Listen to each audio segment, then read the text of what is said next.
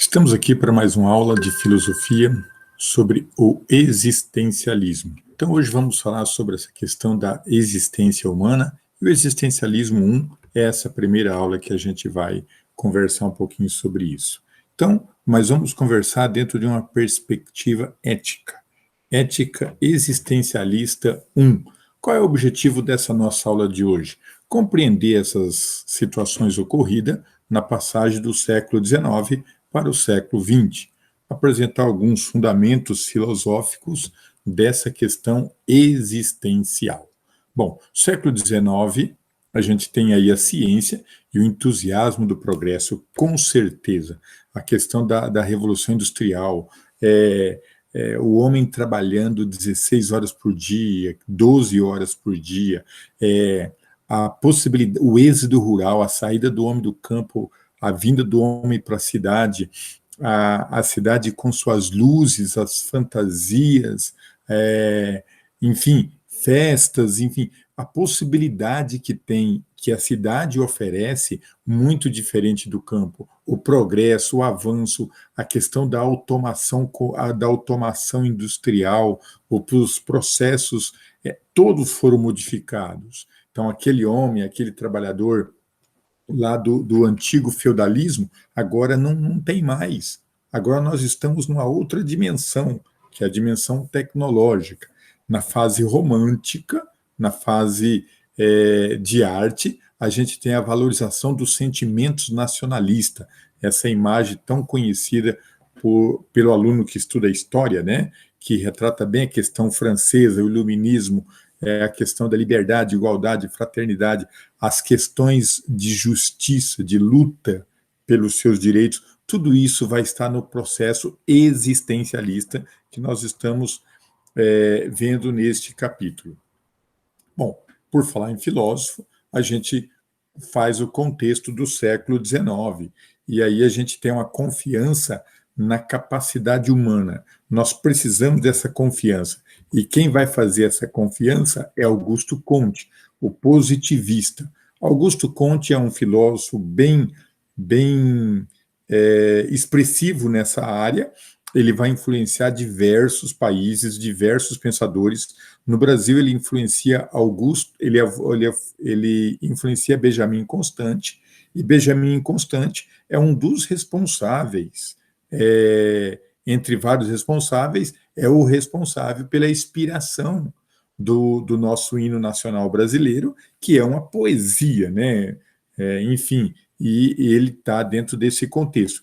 E também é um influenciador da nossa bandeira, aquela frase ordem e progresso, né? Do qual nós até hoje estamos procurando a ordem, procurando o progresso, mas estamos a caminho, né? Até hoje estamos nessa caminhada. Bom, século XX. Entramos em século XX. Agora entrou o século das incertezas no contexto do existencialismo. Quais são as incertezas que tem agora? A ascensão de regimes totalitários em diversos países. Na Alemanha vai surgir o nazismo, na Itália vai surgir o fascismo, né? Lá na Alemanha, principalmente, também depois tem Otto Bismarck, enfim, Benito Mussolini, e todos esses personagens vão trazer uma série de incertezas quanto à existência humana e o seu processo de construção humana, né? E isso vai ser muito complicado. Um problema sério que a gente vai ter aí vai ser o Holocausto, que vai trazer uma série de problemas para a gente em termos quem é o ser humano, até onde podemos chegar e como podemos chegar. Logo em seguida, temos duas guerras mundiais. Essas duas guerras mundiais expõem as mazelas de uma sociedade, expõem as mazelas de um ser humano enquanto existência e enquanto ser humano. Traz uma série de angústias, uma série de verdades que estava ali no esconderijo da vida. Então, agora a existência humana começa a ficar frágil. E aí tem a corrida das armas, desenvolvimento das armas. Tem a sociedade começa a fazer extermínio em massa. Então, tudo isso vai causar uma série de problemas dentro do início do século XX, que nós vamos chamar de séculos de incerteza. Logo ali no final da guerra, a gente tem o fato de Hiroshima e Nagasaki, né, onde se estoura essas bombas atômicas e onde vem demonstrar a pobreza humana nos seus atos e vem mostrar as fragilidades do ser humano enquanto existência. 187 milhões de mortos provocados por uma decisão humana. Lembrando que 187 milhões a dias de hoje, de 2020, não quer dizer quase nada, mas na época foi muito expressivo isso, foi muito forte. E isso provoca a questão da existência humana. Bom, a gente tem Freud, que é de 1800 para 1900, e Freud vai começar, juntamente com Freud, ele vai começar a fazer algumas questões chamado narcisista. Ou seja, o que é Narciso? É aquele ser que, olhando para si, morreu. É aquele ser que, contemplando a si, morreu. Então, o que ele vai chamar de ferida narcisista? A primeira ferida narcisista é o Copérnico, que diz que a Terra não é o centro do universo. Caramba, estava certo. A Terra era o centro do universo. Agora a Terra não é mais o centro do universo? Peraí, o centro do universo é aonde? Peraí, está tirando o nosso chão. Aí Darwin vem dizer que seres humanos evoluíram, não foram criados. Poxa, Deus estava tão tranquilo para nós. Deus criou o mundo em 7 dias, tal, tudo foi criado por Deus. Tal. E Darwin vem falar que não, que de repente evoluímos, que de repente não fomos criados dessa forma, Adão e Eva, tal, 7 dias. Então, tudo isso vem causar para nós uma série de angústia. E daí Freud, para finalizar, vem dizer que o eu não é dono do pensamento. Aí é o fim do processo de existência. Como que eu não sou dono do meu próprio pensamento? O eu não é dono do pensamento. Eu estou pensando a partir de quem? Eu estou pensando provocado por quem? Então, essas angústias vai provocar esse existencialismo. Então, tudo isso para chegar numa palavrinha chamada existencialismo. O ser humano foi jogado no mundo. É imperfeito, é inacabado. Então, veja bem que processo negativo que a gente tem. A liberdade enquanto possibilidade de agir dentro de um mundo, dentro do mundo que se apresenta. Então, eu tenho liberdade para agir dentro de um mundo que ele me apresenta. Eu não tenho liberdade para agir além desse mundo. Eu tô amarrado. Eu tô meio que preso dentro de um mundo que estão me apresentando, dentro das possibilidades. Eu só tenho liberdade dentro das possibilidades que eu sou apresentado. Sem essas possibilidades, eu não tenho liberdade. Eu não posso fazer o que eu quero. Eu posso fazer o que me deixam. E isso é sério.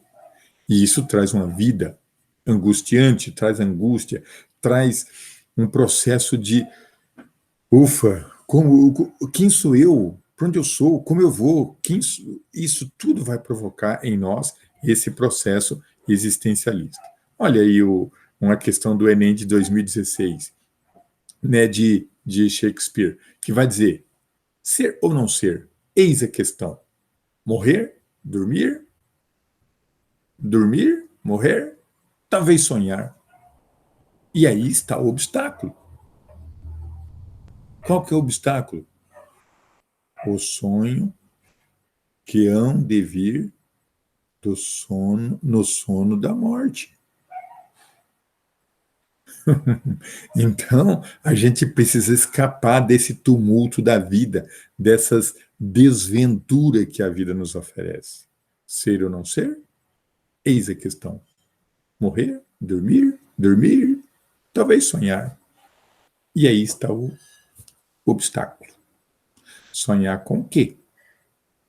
sonhar com o que há de vir, sonhar com o sono da morte, e assim por diante. Então, aqui, e daí, a partir dessa questão que está aí,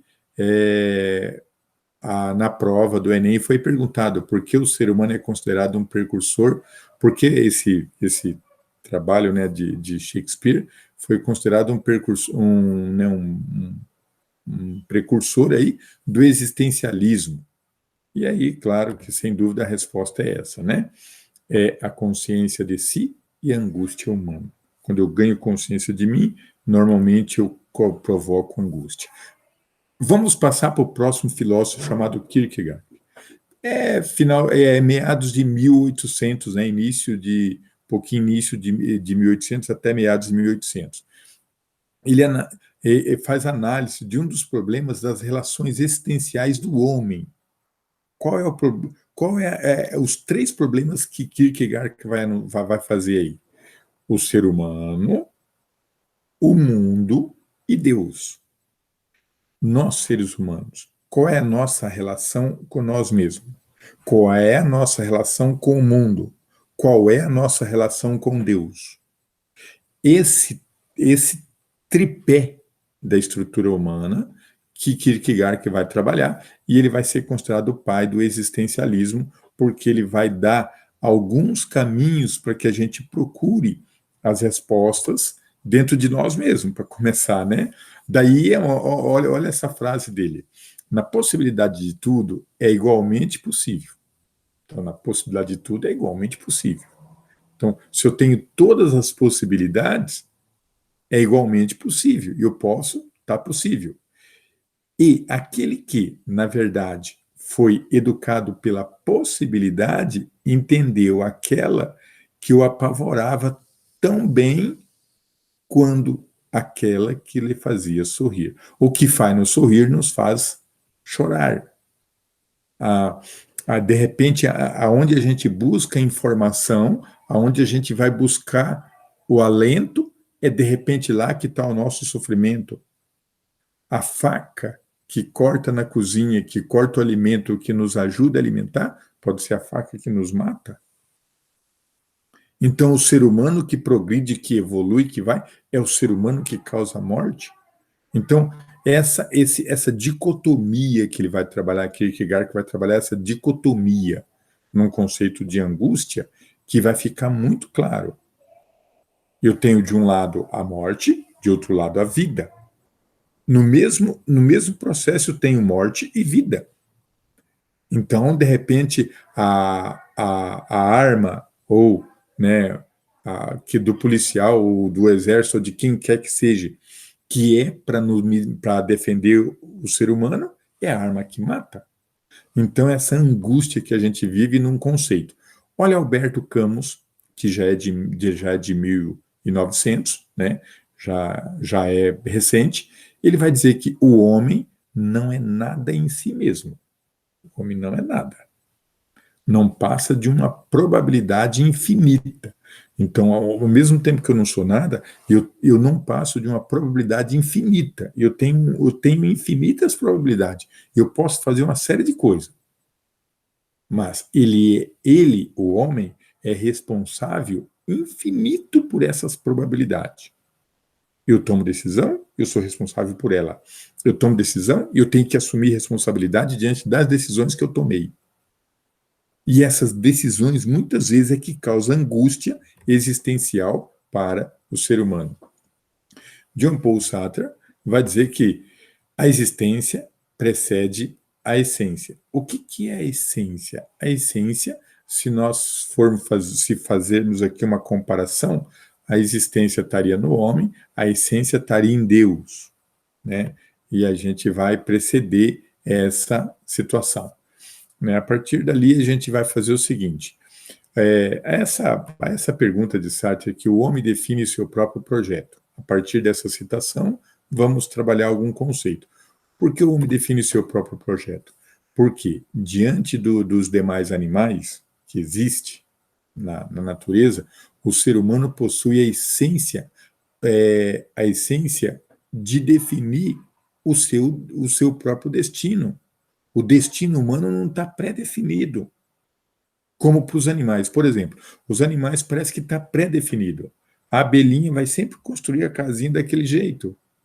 O João de Barro vai fazer a sua casinha sempre daquele jeito. Nós não, nós temos emoção. A nossa essência não é pré-definida. Portanto, deve o próprio homem construir o seu caminho. Pois enquanto ser livre, a humanidade é capaz de lançar diante de si projetos da sua própria existência. Da existência de materiais a gente nem vai falar. Vamos falar da sua própria existência. Então eu não estou com o meu destino definido. Eu não estou com a minha vida pré-definida. Eu posso mudar tudo isso. E isso é interessante. E se eu sou capaz de mudar tudo isso, eu tenho a força dentro de mim. Então, resumindo um pouco a nossa aula de hoje, nós falamos da ética existencialista 1, e nessa ética nós falamos das desilusões e do otimismo dessa modernidade, a filosofia da existência e a liberdade e a angústia do qual o ser humano pode passar, ok? Então foi isso que nós vimos hoje, uma aula sobre o existencialismo, ok?